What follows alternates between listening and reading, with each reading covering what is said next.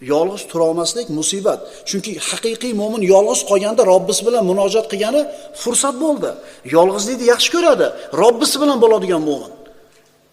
Ammo yolg'iz turishda siqilib ketadigan, yolg'iz tura olmaydigan odam bu musibat ekan bu birodarlar.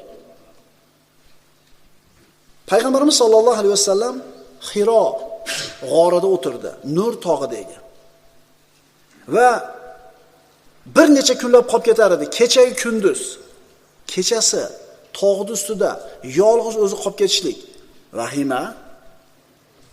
Ammo payg'ambarimizni Alloh bilan bo'lgan xilvati, Allohdan topgan unisi bu vahimani yengdi. Inshaalloh birodarlar, Alloh siz bilan bizni umra yoki haj safari bilan ikrom qilsa, ana shu Nur tog'iga chiqaylik. Chunki bizdan borgan odamlarda 99% o'yga chiqmaydi.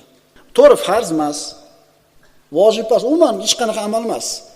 Ammo payg'ambarini yaxshi ko'rgan, payg'ambarning hayotini o'rgangan odam bir chiqib qo'yishlik kerak.